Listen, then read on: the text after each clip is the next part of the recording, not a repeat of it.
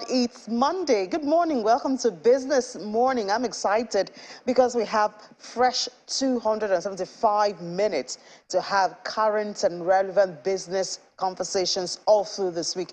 We'll use 55 of those minutes today and spread the rest over the next 4 days, but you're welcome, and it promises to be a great time here. We start with global oil prices, as we see that the prices fell on Monday, giving up earlier gains as global producers are to meet this week. That's OPEC plus, and they will likely keep outputs unchanged during a meeting this week, and investors are cautious ahead of that U.S. Federal Reserve meeting that may spur market volatility. Brent crude futures fell 20 cents to $86.46 a barrel, while U.S. West Texas Intermediate crude was at 79 cents 57 cents a barrel, and that's down 11 cents. Ministers from OPEC plus, and that includes Russia, likely to tweak their current oil output policy when they meet virtually in 2 days' time. That's the 1st of February. Still, an indication of a rise in crude export from Russia's Baltic ports in early February caused Brent and WTI to post their first weekly loss in 3 weeks.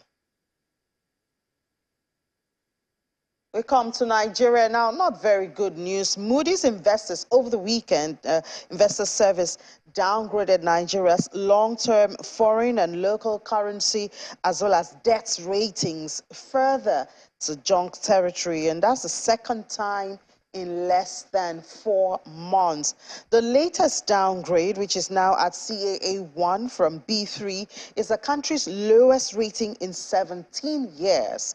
A statement from the global rating agency says that the rating, which comes with a stable outlook, reflects the country's weakening fiscal and debt position, revenue woes, and excessive funding through the central bank's ways and means. There we go again, those ways and means, they never leave us alone. Last October, Moody's downgraded Nigeria's local and foreign currency long-term issuer ratings, as well as its foreign currency senior unsecured debt ratings to B3 from B2, and placed them on review for downgrade. Well, let's find out the meaning of this. We've been talking a lot about debt issue, debt to revenue issue, debt servicing, and now we have a downgrade from Moody's. We heard this not so long ago about Ghana. Now it's come to Nigeria. Well, we have to tell us this, Professor Bongo Adi. He's a professor of economics at Lagos Business School, joins us virtually. Professor Adi, good morning. Even though it's not good news for Nigeria as we see this downgrade, help us to understand exactly what this means. Thank you very much, Ini. I like it that you mentioned that this is not the first time, but then it's the first time in 17 years that we're getting to this new low. That is quite worrisome, but it's not entirely unexpected. We're at the eve of an election, and then, the ensuing period has been very turbulent, especially when you consider the macroeconomic and the fiscal policy environment. So it's left a lot, those have left a lot to be desired in recent times. So Moody's rating, doesn't really say much that we haven't quite talked about, that we haven't quite dwelt on in recent years, in recent days, actually, in the media. If you've been listening to economists, especially those that really understand what's going on, you would have heard them complain bitterly about the monetary policy regime as well as the fiscal, responses. So they've left a lot to be desired. CAA1 rating means that we are further into the junk territory, meaning that we're not invested. I mean, our bonds, our instruments are not investment grade. Okay, so what that means is worsens our credit situation. So if we're looking towards raising funds, capital from the international market, we should be expecting to pay in very high, interest rates because we're very risky. So, we're lucky that we're still in the stable, horizon, in the sense that we are not yet at the risk of default of principal as well as interest.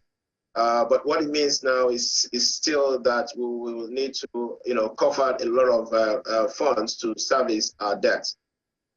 Debt servicing is gulping so much of government's independent revenue.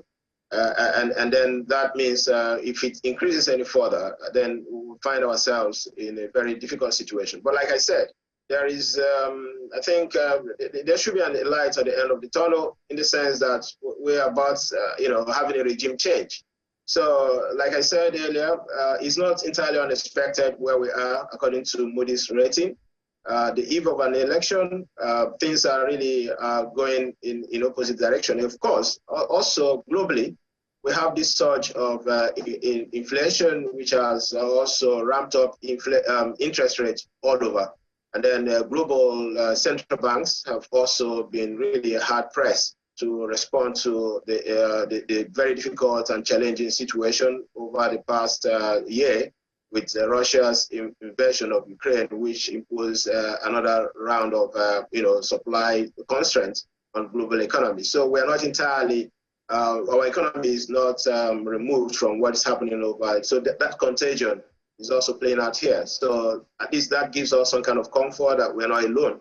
But again, I think we need to take respite in the instance that we are at the eve of an election, which promises, no matter who wins the election, I think we will have a better response to some of these issues. So yeah, it's worrisome, but I don't think that it's enough reason for despair on the Nigerian economy. All right, thanks for your optimism there. But can we say that, it can be taken for granted that whoever wins, as you have said, that the situation will be better? Or are there steps to be taken if we have to deal with this and at least reverse the situation or this rating? Yeah, so I mean, there are steps to be taken, and I think you've listened also to the assessment of the manifestos of the three leading contenders to the presidency. And then in that, we've seen that there is one particular case that's shown signs that things will begin to really look up if they really mount the mantle of leadership in Nigeria. So I think, like everybody says, we have to be very careful in choosing who is our next leader. But generally, if you look at the monetary policy aspirations of the three manifestos, they are pro-market, and then they've made a commitment to, stepping back on subsidy. In fact, a total removal of the subsidy, and then non-apologetic about that. And I think once that is done, and then of course, commitment to fighting corruption, commitment to fighting oil theft to shore up government revenue. If these are done, and of course, when you look at all those steps, you should be in a position to tell who is better, to execute that once he mounts the reign. So I'm not here to put for any candidate as such, but then we know who is in a better position to do all of that. And I think Nigerians need to be, as everybody says, we really need to vote wisely. I think that's the first and necessary step to redeeming the situation. Yeah, okay, voting wisely is one first step towards reversing the situation. Just before we let you go, Professor Adi, we know now that the CBN has extended the use of the old Naira by 10 days with the condition that after those 10 days, if you still have it, then you have to deposit it at the central bank by yourself. We've heard a lot of stories from Lagos and outside Lagos. I've experienced some also, I must say. Over the weekend, it was really hard, to purchase, little things. With this 10 days of extension, what do we expect? Does it affect the economy, economic activities? Is it long enough? Is it short enough, for the people to adjust to this new Naira? Yeah, but, so the truth of the matter is that even before now, people should have been, because it's been a long time, the central bank has been pushing towards the digitization of payments and transactions in the economy. But as it is, technology is always lagging behind some of those, policies. So I think that's the major challenge. Yes, as expected, there will be those kind of shocks in the interim. I like the commitment of the central bank not to really, give way despite the pressure coming from the legislature. So this is something that needs to happen. Initially, I didn't support this move, but then listening to them and then seeing that over the, since this policy has come, we've seen that there's some level of stability on the foreign exchange market as well as on inflation. So let's see how it goes. Yes, people will experience, that short-term, discomfort. That's natural. But I believe that over time, we get used to it. Nobody would die. Yeah. All right, Professor Bungo, Professor of Economics with Lagos Business School. Thank you so much. Nobody dies, we pray. Thank you so much for your time. Enjoy the rest of your day. Thank you. Thank you. Yeah, talking about that extension of the deadline, it was yesterday. That was when the announcement was made after a meeting between the central bank governor, Mr. Godwin Emefiele, and the president. And then after that, he did brief the media on the extension. Those holding illicit and stolen naira in their homes for speculative purpose, we do aim to give all Nigerians that have naira legitimately earned and trapped the opportunity to deposit their legitimately trapped monies at the CBN for exchange. Based on the foregoing, we have today sought and obtained Mr. President's approval for the following. 1. A 10-day extension of the deadline from January 31, 2023 to February 10, 2023 to allow for collection of more old notes legitimately held by Nigerians and achieve more success in cash swap in our rural areas, in our villages and communities, after which all old notes outside the CBN loses their legal tender status. Our CBN staff, currently on mass mobilization and monitoring, together with officials of the EFCC and ICPC, will work together to achieve these objectives in the coming days. 2. A 7-day grace period beginning on February 10 to February 17, 2023, in compliance with Section 20, subsection 3 and Section 22 of the CBN Act, allowing Nigerians to deposit their old notes at the CBN after the February deadline, when the old currency would have lost its legal tender status. As at October 2022, currency in circulation had risen to 3.23 trillion naira, out of which only 500 billion was within the banking industry, and 2.7 trillion held permanently in people's homes. Ordinarily, when CBN releases currency into circulation, it is meant to be used, and after a friction of time, it returns to the CBN, thereby keeping the volume of currency in circulation under the firm control of the CBN. So far, and since the commencement of this program, we have collected about 1.9 trillion naira, leaving us with about 900 billion to 1 trillion naira, and 1 trillion naira to be collected. Well, that's the CBN governor there making that announcement. A lot of people have been waiting for. So we finally got it yesterday.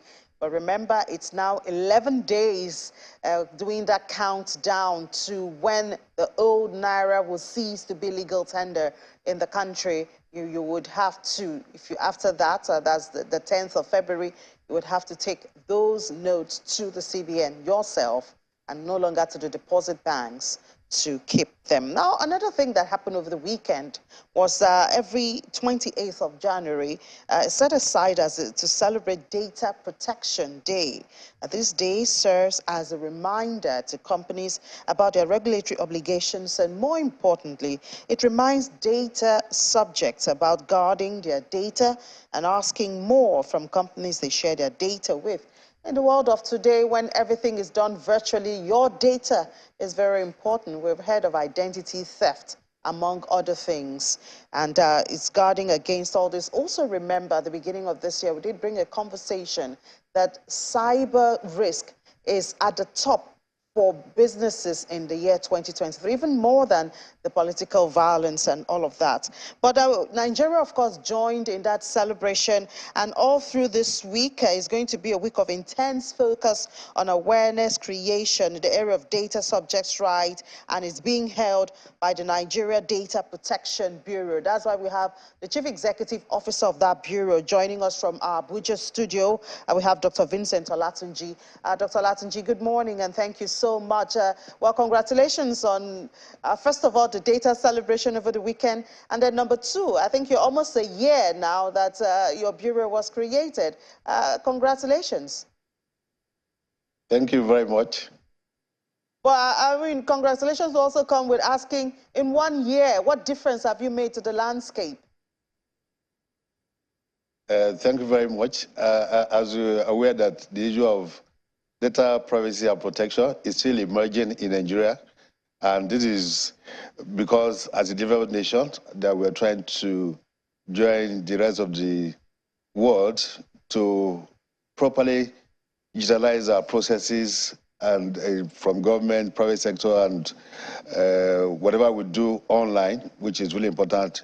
One thing that is really important there is the issue of identity, which is the foundation of digitalization.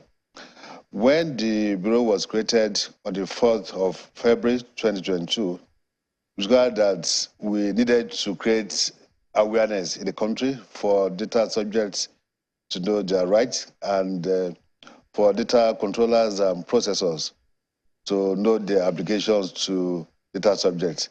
So we commenced a massive awareness campaign, especially in the public sector, because we discovered that the level of awareness on compliance in the public sector was lower than the private sector. In fact, there was a survey we carried out last year. From the public sector, it was just 4%. So we tried to start from the public sector, and between when we were established and now, we've visited over 50 ministries, departments, and agencies to create awareness and for them to comply with the provisions of the Nigeria Data Protection Regulation. And we are happy that the level of awareness in the public sector has really increased. A lot of MDs have now appointed their data protection officers, and in terms of compliance, that has really increased. Another thing that we have done is the issue of capacity building. One thing that is really important in this sector, it's a global issue that whatever you do here in terms of capacity, in terms of compliance, has to be at par with your colleagues in other parts of the world. So we're embarked on massive capacity building, one, for the staff of the Nigeria Data Protection Bureau, even up to the level of certification. And we also went some MDAs to train their staff, their data protection officers, to introduce them to the subject matter, and for them, we put them through in terms of what they need to put in place to ensure proper compliance.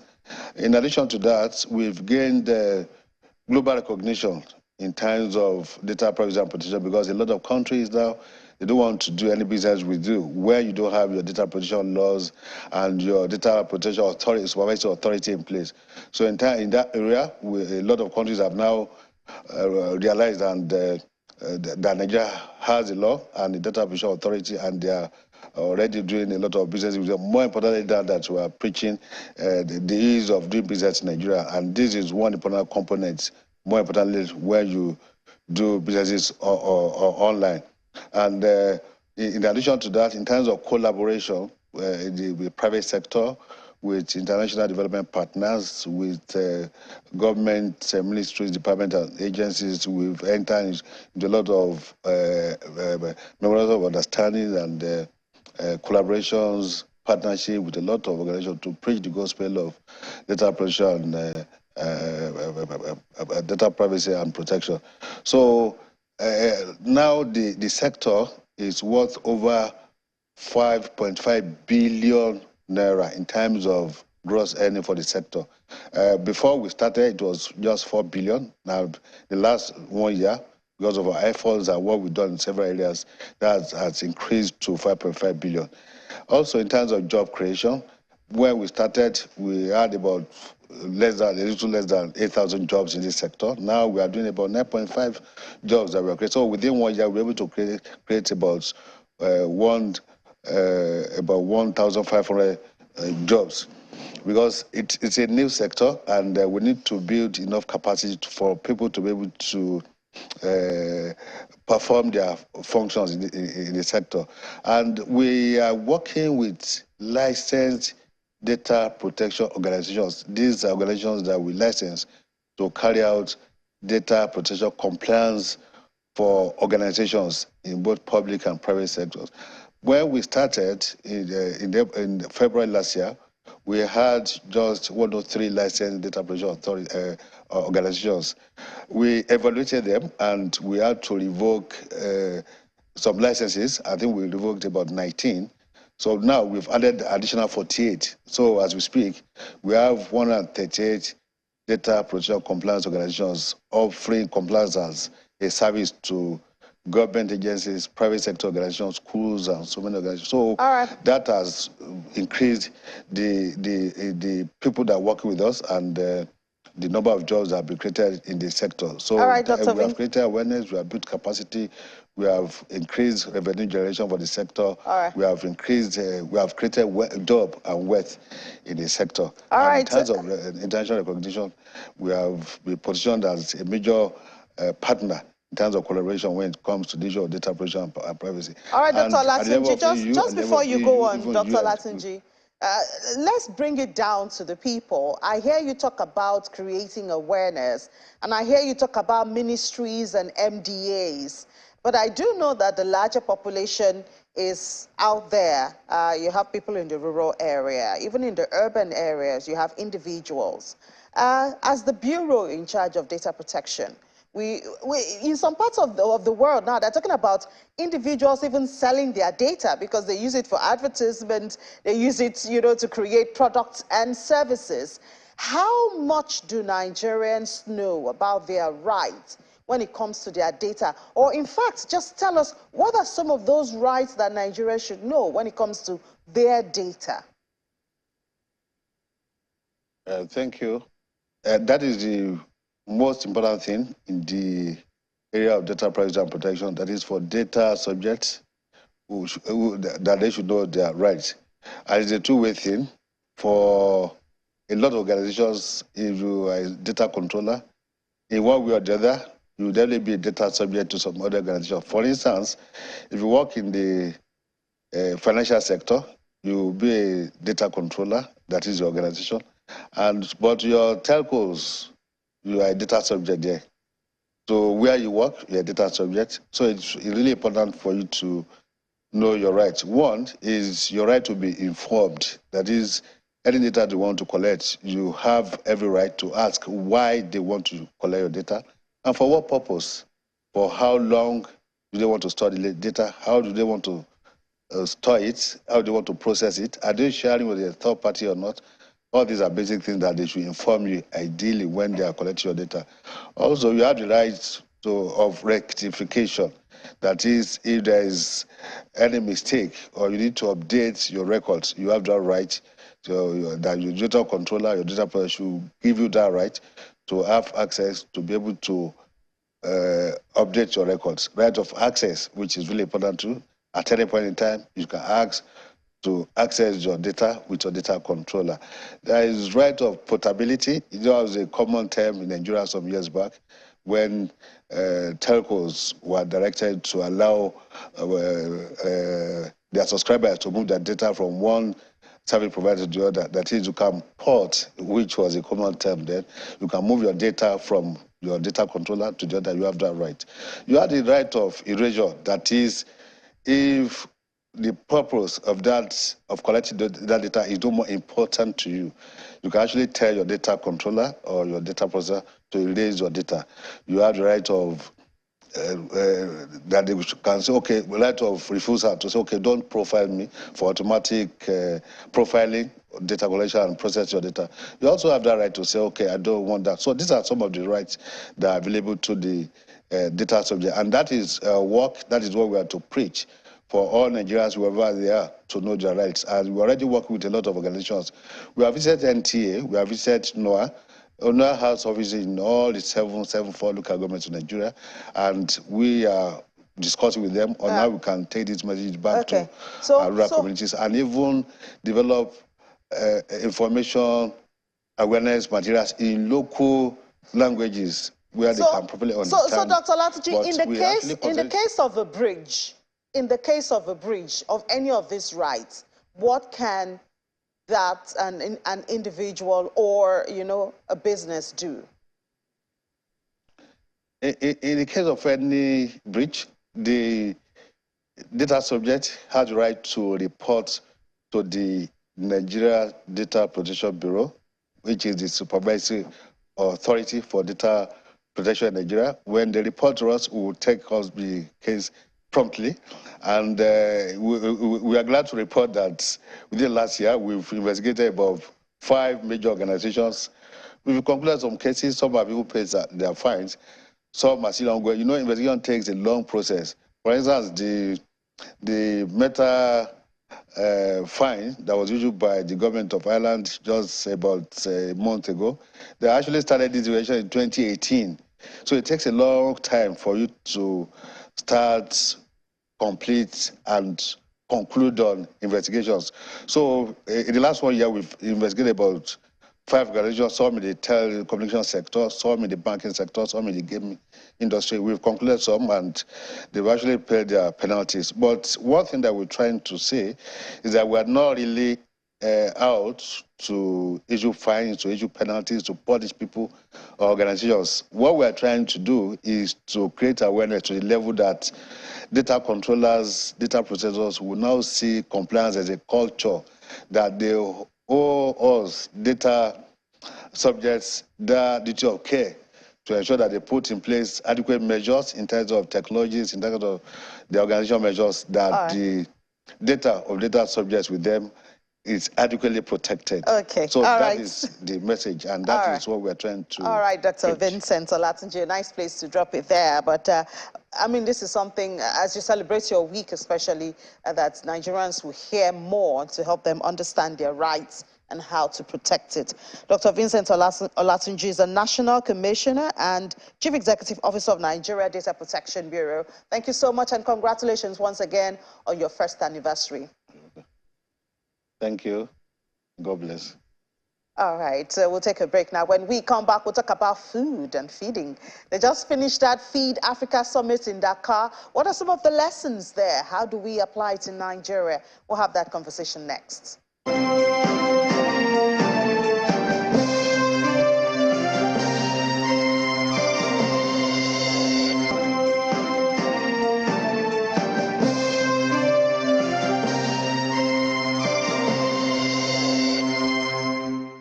Welcome back. The Feed Africa Summit was in Senegal, Dakar, and was concluded on Friday with many promises. One of them is that the African Development Bank plans to invest $10 billion to make the continent breadbasket of the world. Other conversations also from that summit is an estimation that Africa's agricultural output could increase from $280 billion per year to $1 trillion by 2030. But this cannot be achieved, obviously, without investment. Looking at Nigeria now and Africa, Mr. Chukwuachukwu, the president of Agric and Industrial Entrepreneurs of Nigeria, speaks on how to accelerate those investments into Nigeria and the impact. Mr. Nwachukwu, good morning. Well, every time, especially when there are events on the continent, we hear of monies that are promised, that will be invested, are being invested. But when we look at Nigeria now, this money that AFDB is promising, who is it supposed to get to? Who is supposed to handle it? And how are they supposed to use it if we are to see the impact, of this investments that we're talking about? Oh, absolutely right. We keep hearing about investment here and there. This is not the first time that you're having massive capital injection into the agricultural sector, or even through any other intervention. There's a question of management of it. 280 billion worth of agriculture is achievable if the capital is directly invested into the primary producers. What is happening is each time money is targeted for specific programs, it is being mismanaged by the agencies that are supposed to handle it. If indeed that the macroeconomic and fiscal conditions are correct, then it should achieve even more.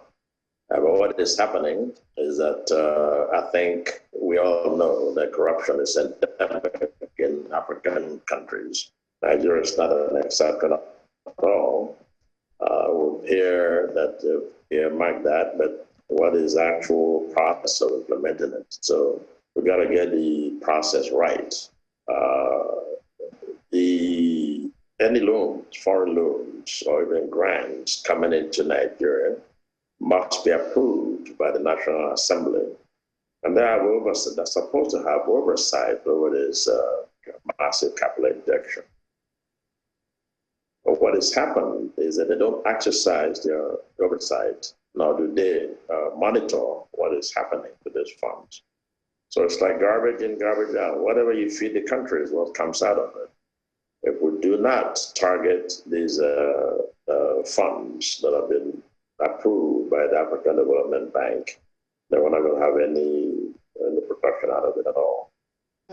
So we see this is now $10 billion. And you talked about the lawmakers. The lawmakers are actually supposed to be the voice of the people, representing the constituencies and, you know, other senatorial districts and all that. So where are we supposed to go from here? The meeting ended on Friday. $10 billion has been promised. Nigeria should be one of the beneficiaries of that. Who are we supposed to pursue it and get it to the lawmakers? How can the people ensure that the lawmakers would be their conscience or their eyes and their ears concerning investment or promises such as this? The Bank of the Nation is the central bank of Nigeria, and they are supposed to warehouse funds that are invested in public and our agencies and Nigeria. Then how they now transmit it to other development banking institutions becomes the issue. The National Assembly does not warehouse the funds. Is the central bank and development banking institutions. Normally, the parameters for investing, transmitting this money should be laid out, but you keep having policies. And I've said this before. It is in the absence of policy initiative, the absence of policy implementation. The central bank, as it is now, is not living up to its duties. There's so much funds floating around this country. You take agriculture, the Agric program, you have over $250 billion earmarked in it. You have over $500 billion in Bank of Industry. But these funds are really not going to the direct beneficiaries.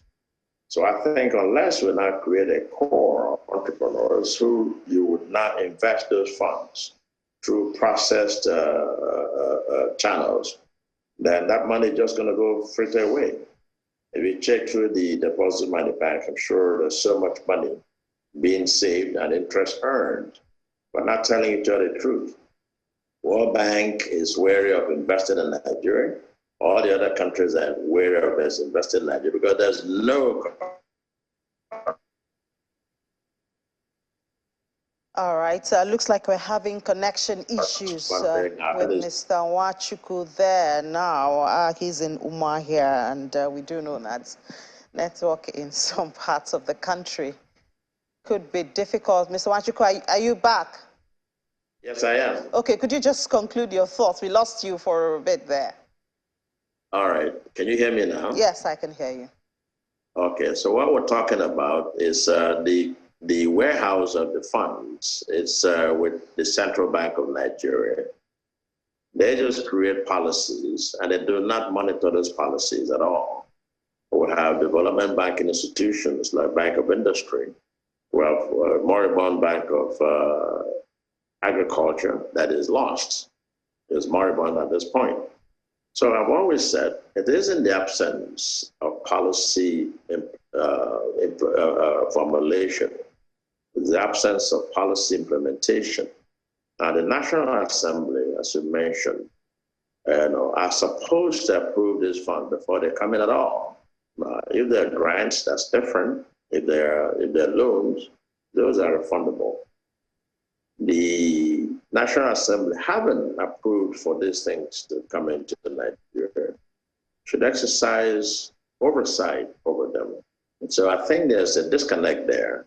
Maybe the people in the National Assembly are just sitting down chasing contracts. I don't know. But if they actually connect with each other, production will be boosted, massive agricultural input will be sustained. We should invest in sustainable agriculture.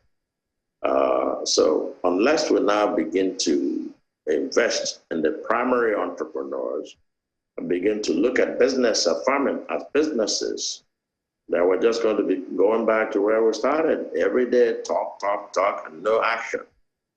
So I hope that the next National Assembly will up and doing in the areas of oversight and monitoring. And I believe that the federal government, when they form the next one, should sit more and look at experts. Right now, the CBN, as far as I'm concerned, have failed woefully implementing fiscal policies in this country. The development banking institutions have failed woefully. They interface with deposit money banks, and all they care about is earning the interest. The production and productivity is the key. So I think we've offered before, if you have clusters in the agri-value chain in Nigeria who can actually warehouse these funds, that we're going to be able to see production increase. So it's a fiscal policy issue. All right, Mr. Chukwuachukwu, thank you so much for sharing your thoughts with us. More intentional steps, according to Mr. Nwachukwu there, from the lawmakers and the central bank would really go a long way in directing these investments from numbers to production. Well, thank you so much for sharing your thoughts with us. President of Agriculture and Industrial Entrepreneurs of Nigeria, Mr. Nwachukwu, for taking time out from your holiday at home to join us. Thank you. All right, thank you. All right, so let's move now to the market with Will Ebong. I think last week was positive. Yeah, the market closed positive. That's the equities market closed positive. And this one, the drop we saw during the week, we thought that it was going to end negative, but looking at it, the all-share index still, was still bolstered by activity. Is still positive. Yes, it's still positive, over 2%, and that's really great for the market. That's great for investors. Yeah. Although we can't say much about that with the downgrade coming from Moody's. The mood, it's trying to dampen my mood, but I'm just not going to let it.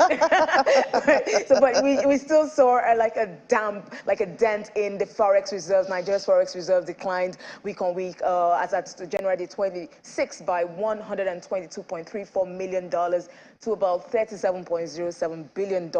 Now, but we saw total transactions, it however closed positive at the FMDQ exchange, up by 15.17%, despite the drop we saw in the I&E window and the forwards markets. Now, futures was up over 500%, derivatives closed over 127% to $273.75 million.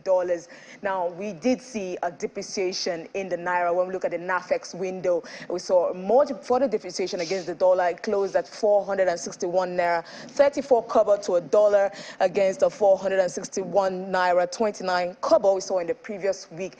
Now, this is continuing, persistent in the official market. We cannot tell what's happening in the unofficial market as a parallel market. Now, the fixed income market, we still saw bullish sentiments still persisting for bonds and treasury bills. Yields still on the downtrend. But we'll bring in Boston Obembe, fixed income dealer, Access Bank, to give us more insights as to what's going on there.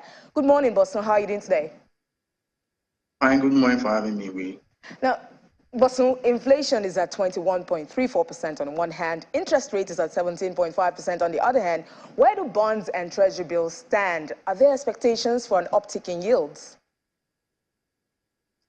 For now, the market is driven by liquidity, even though at last week MPC meeting where MPR was raised by 100 basis points, we didn't actually see the impact of this on fixed income market. It was like the reverse. So at the NTP auction, the rate closed, the 1 year closed at 4.78, while we saw the 90-day closing at 0.29. The same thing on the bond space. We have a bond auction today. We have it for about 400 billion on 2028, 2037, and 49. So given the system liquidity, which is above 1 trillion, thanks to the Naira redesign, where we've seen a lot of cash that are outside the banking sector coming back. So there's a lot of liquidity, and we have few instruments that these funds could chase. That's why we have seen yield coming down. So for now, I think we'll be seeing yield maybe depressing in the short term.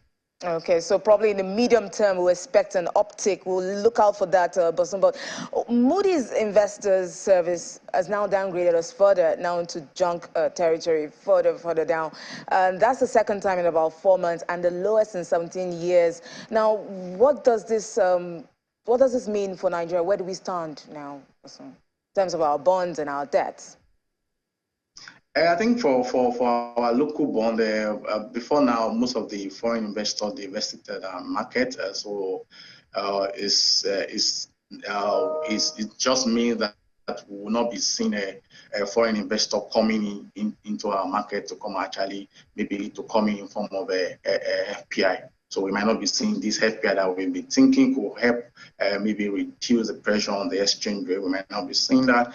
And on the other hand, for the corporate, it means an increase in borrowing costs for them because for you to borrow at the international market, you have to actually, you may not see people that will actually give you the fund, or if you are borrowing, the premium for this downgrade will be added to it. So it's an increased borrowing cost for the corporate. Even for the government, if the government wants to raise funds at the international market, it's going to be at an increased rate. So it's not a good thing for us as Nigeria and as corporate as well.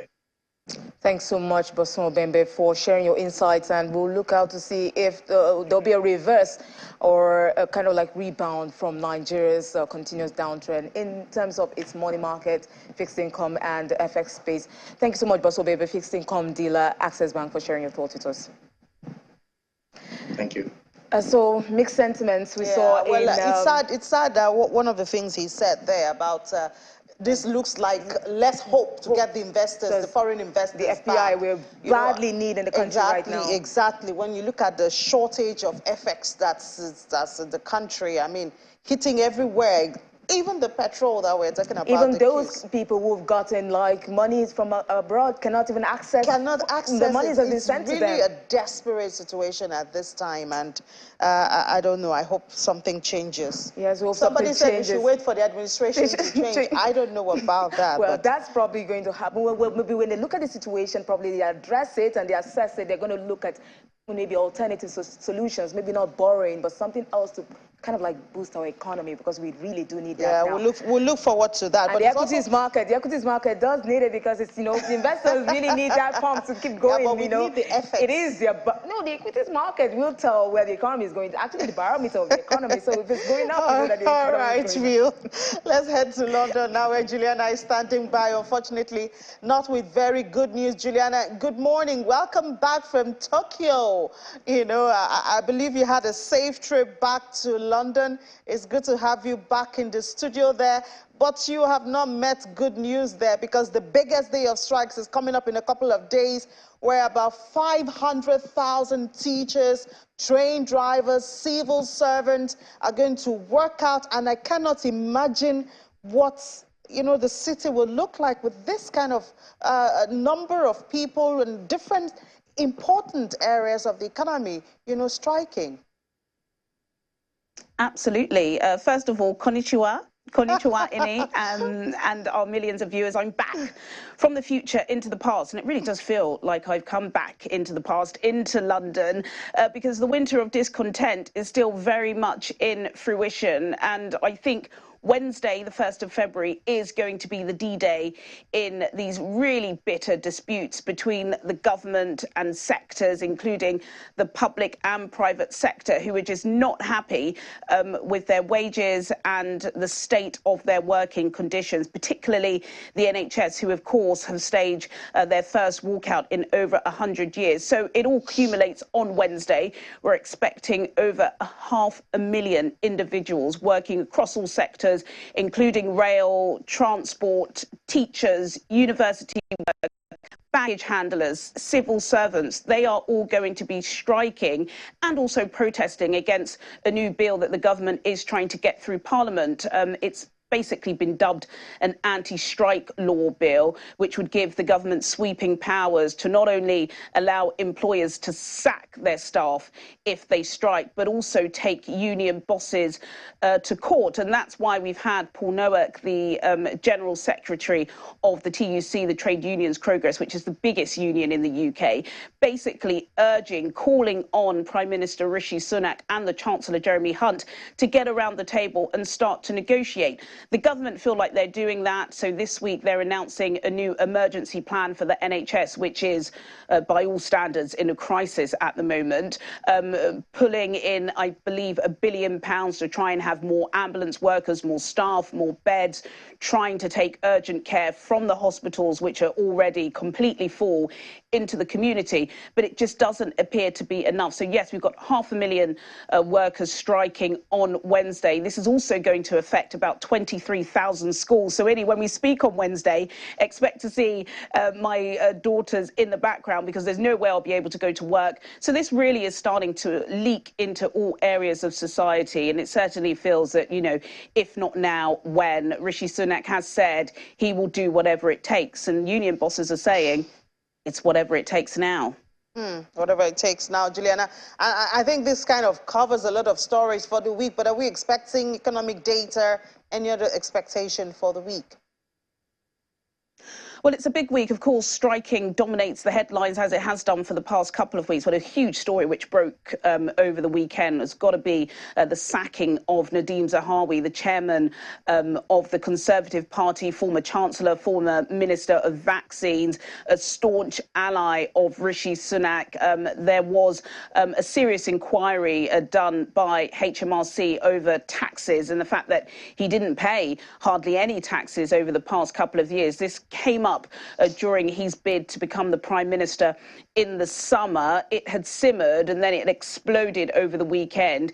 It led to Rishi Sunak sacking him, although he is still an MP. Opposition party members are asking that the whip be removed from him and he actually resigns as a minister. Is that going to happen? We're not sure. But again, it's just more controversy from an already embattled Conservative Party. Questions now as to how much Rishi Sunak knew before he promoted him as chairman of the Conservative Party, and also lots of people suggesting whether or not Boris Johnson from the backbenches will be launched as chairman of the Conservative Party. There's certainly some backdoor meetings amongst Boris Johnson's allies to try and bring him into the foray again, because of course he is a populist leader. Lots of people still not happy that he's not PM at the moment. A lot of politicking going there, Juliana. Thank you so much. We'll talk to you at 1:30. Talk to you then.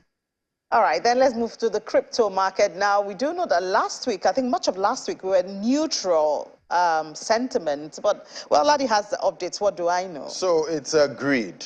And the last time we had greed in this market, that was around March 2022. That's so a long time. It's an incredible, milestone. Tell me Bitcoin is now 60,000. No, it's not. But right now, sentiment is showing greed in this market. This 61 looks points. Strange, Yeah, it's new for me, fear actually. for so long, yeah. extreme fear to fear, and at most neutral for so long. Extreme fear got to as low as about 7-8 points last time. And to see greed now, it shows that investors are getting quite confident, in this market right now. Let's find out what's driving it first. Yeah, exactly. So we see 61 points there, 100 points, greed.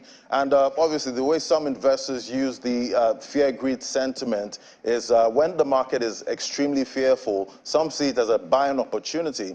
When the market gets greedy, then some start to see it as, the time to start scaling out of the market when it gets extremely greedy. Let's look at the market cap. This morning, we see it's deeper into the $1 trillion level, up 1.73%. And we see volume traded, that's up 26.87% with buying pressure we're seeing in the market. Bitcoin dominance sits at 42.49%. Let's look at the price of Bitcoin this morning. Breaking that 23,000 resistance zone deeper, $23,730. That's up 2.13% this morning. And we see volume traded for Bitcoin, $25.68 billion. And obviously, the next resistance to break, obviously, is that 25K for Bitcoin. All eyes on that if that's going to break anytime soon. $1,600, that's what we're seeing for Ethereum, up 2.49%. Volume traded, that's up $7.99 billion. Let's look at the top alts by market cap this morning. We're seeing it's all green with Binance token there, the biggest mover, $315. That's up 2.21%. It was struggling around that $300 level, but now we've broken that. It's up about 2.21%. We see XRP, that's trading at 0.36%, up 41 cents. So it's all green across board this morning. Let's bring in Gilbert Jopatana, financial market analyst. Hello, Gilbert. Good morning. Well, from your voice, I can see that you are excited, about this market right now. It's greedy, a lot of greed in this market. Investors, looking quite comfortable. But I know there is some caution in there, even though we're seeing greed in this market. Oh yes, this is a very significant resistance zone, and many persons anticipated a market decline. But if this is going to happen, the 25-26K is very, very important, because if we get there, we are going to form a double bottom, and it could take us to 31-32K. And if this happens, we are automatically out of the bear market structure. So if we are expecting a market decline, it has to be within this zone, the 24K and maybe 24K 500. So this is where caution needs to really be applied. Those who want to apply good risk management strategy just have this zone to apply such. And we got that report from Matrix Ports. They're saying U.S. institutions account for 85% of Bitcoin buying this season. What does that tell us? Okay, the past week has seen Bitcoin gone up by up to 40%, and is still on track to have the best opening of the year since 2013. But the big question has always been, why is this happening? And then the Metric research report came out, which suggests that it can be distinguished when a digital asset is favorable to retail investors or institutional investors. And the report suggests that if an asset trades 24 hours and does well during the U.S. trading hours, it's an indication that U.S. institutions are buying, while if it sees growth during the Asian trading hours, it's an indication that the Asian institutions are buying. So the further gave us metrics that prove that Bitcoin price surge has always happened during the U.S. trading hours, and then more metrics that show that the U.S. has contributed to about 85% of the buying strength. And you also know when institutions start buying Bitcoin, if history is important, it's just a sign that soon they'll start moving to alt. The report also shows that the U.S. institutions also have interest in LeaderDAO, App, Ethereum, but that of App comes from both the U.S. and Asian institutional investors, concluding that this is a positive sign for Bitcoin and institutional adoption is continuing. And I'm sure Bitcoin traders looking for as much positive news at this time. Thank you so much, Gilbert Jopata, financial market analyst. Thank you. Thanks for having me. So as we see in the market, that's green across board. We see the top Gainers, we see Mina token, that's leading the counter there, up 25.35%. So it's looking quite green. January has been an incredible month for risk assets like Bitcoin, and it's ending. So who knows what February has in store for us? And obviously the Russia-Ukraine anniversary that's coming up next month. Yes. So who knows what's going to happen with markets, especially this kind of market. Well, remember, no market stays up forever. So I mean, when it goes up, then we expect profit taking, and then it goes down again. And, yeah. And obviously the Fed looks for a new resistance level before it now gets up. And the Fed meeting 31st to 1st. So that's obviously going to drive sentiment. Exactly. We're looking out for all of that. Thank you so much, all right, thank you. Well, that's it on the program. So we've done 55 minutes. We have 220 more minutes this week. We'll do that tomorrow, another set of 55 minutes. But remember, at 1:30, Willie Bong will be here to give you updates from the world of business. Do join us then. And then tomorrow morning, I'll be back 10 a.m., God's grace, to see you. So go out there, make some money, and I'll see you tomorrow.